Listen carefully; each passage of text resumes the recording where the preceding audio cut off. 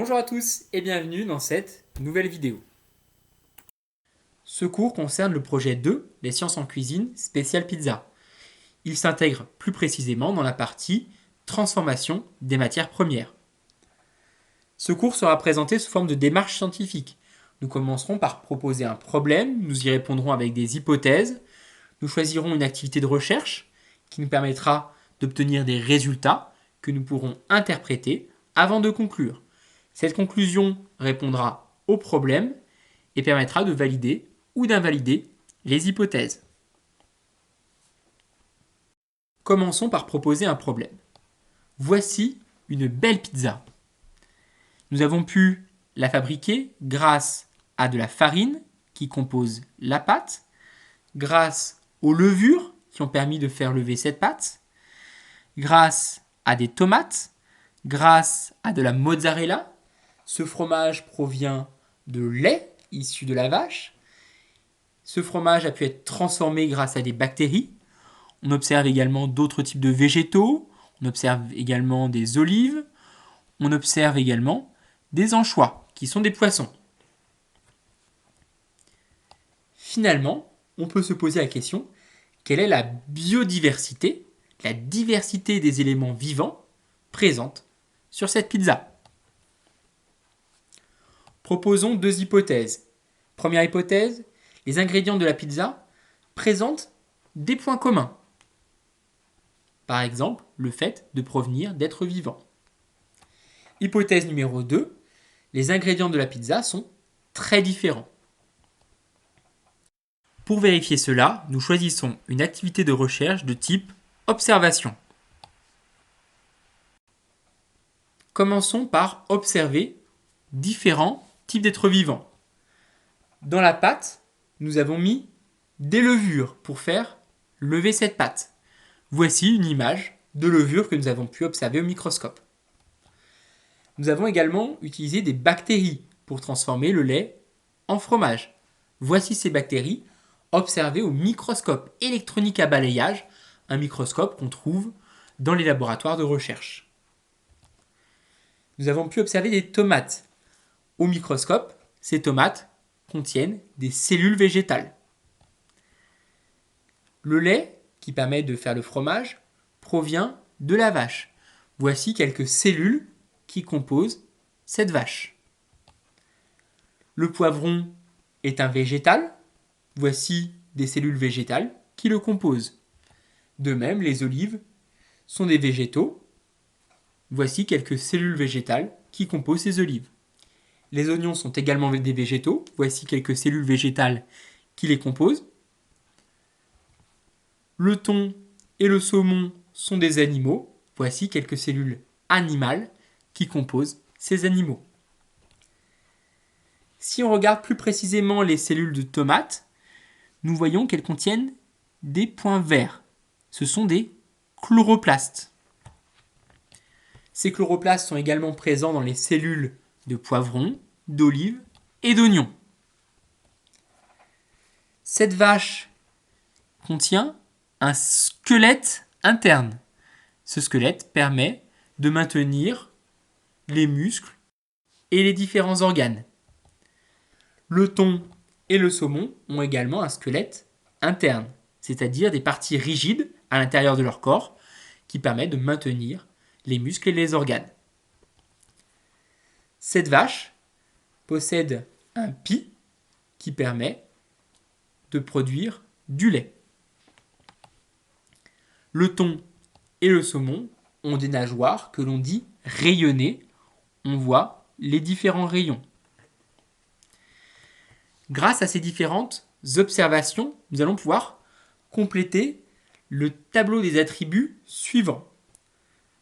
On retrouve dans les colonnes les différents types d'êtres vivants qui composent notre pizza.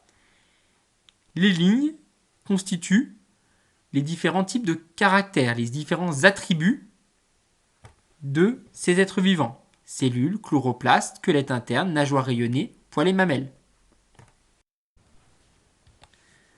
Dans ce tableau, une croix signifie qu'un attribut est présent. Nous avons vu que les levures, les bactéries, les tomates, les vaches, poivrons, olives, oignons, thon et saumon possèdent des cellules. C'est le caractère commun présent chez tous les êtres vivants. Dans les cellules végétales, nous avons observé une structure verte particulière que l'on appelle chloroplaste. On peut donc mettre une croix dans la colonne tomates, poivrons, olives et oignons, qui sont des végétaux. La vache, le thon et le saumon ont un squelette interne qui n'est pas présent chez les végétaux. La vache a des poils et des mamelles. Nous avons vu son pis en photo. Le thon et le saumon ont en revanche des nageoires rayonnées. Grâce à ce tableau des attributs, nous allons pouvoir construire des groupes emboîtés. Ces groupes emboîtés nous permettront de voir quels sont les points communs entre tous les êtres vivants. Ces groupes emboîtés constituent une interprétation de notre tableau. Dans la boîte cellules, nous allons pouvoir mettre tous les êtres vivants, les levures, les bactéries, le poivron, les tomates, l'olive, l'oignon, le thon, le saumon et la vache. Tous ces êtres vivants possèdent des cellules. C'est donc un point commun, un caractère commun pour tous les êtres vivants. Poivrons, tomates, olives et oignons peuvent être classés dans la boîte chloroplastes. Ce sont les seuls à posséder des chloroplastes, c'est-à-dire les petites structures vertes dans leurs cellules. Thon, saumon et vache ont un attribut en commun, la présence d'un squelette interne. La vache peut être placée dans la boîte poils et mamelles. Le thon et le saumon peuvent être placés dans la boîte nageoires rayonnées. Nous pouvons lire les groupes emboîtés de la manière suivante. Le thon et le saumon sont dans la boîte nageoires rayonnées. Ils ont donc des nageoires rayonnées. Ils sont aussi dans la boîte squelette interne. Ils ont donc un squelette interne. Ils sont aussi dans la boîte cellules. Ils ont donc des cellules. Thon et saumon ont cellules, squelette interne et nageoires rayonnées. Grâce à ces groupes emboîtés, on voit à la fois qu'il y a un point commun, un caractère commun à tous les êtres vivants. Ils ont tous des cellules. On observe également une diversité d'êtres vivants. On observe que certains êtres vivants sont plus proches que d'autres. Le thon et le saumon sont plus proches entre eux que de la vache, car ils ont plus de caractères communs entre eux qu'avec la vache. Voici donc une classification de différentes espèces présentes sur la pizza. Amusez-vous, vous aussi, chez vous, lors de la prochaine pizza que vous mangerez, à classer tous les êtres vivants qui la composent.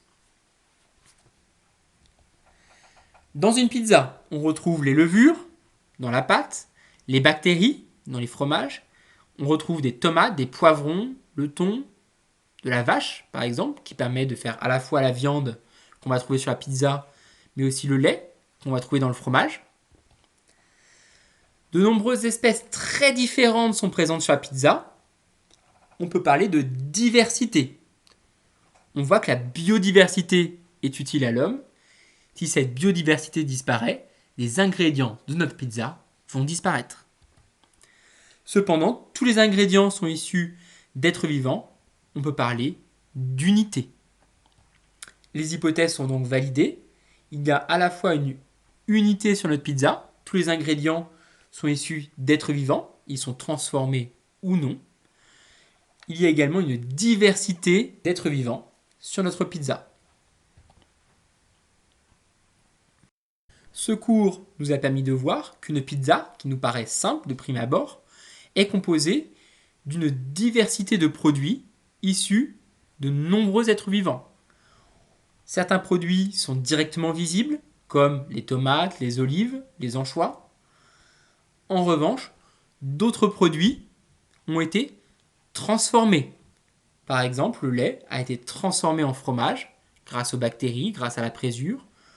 La farine a été transformée en pâte à pizza grâce aux levures, que l'on ne voit plus ici. Les matières premières et les micro-organismes qui nous permettent de transformer ces matières premières sont donc essentiels pour constituer une bonne pizza. À bientôt!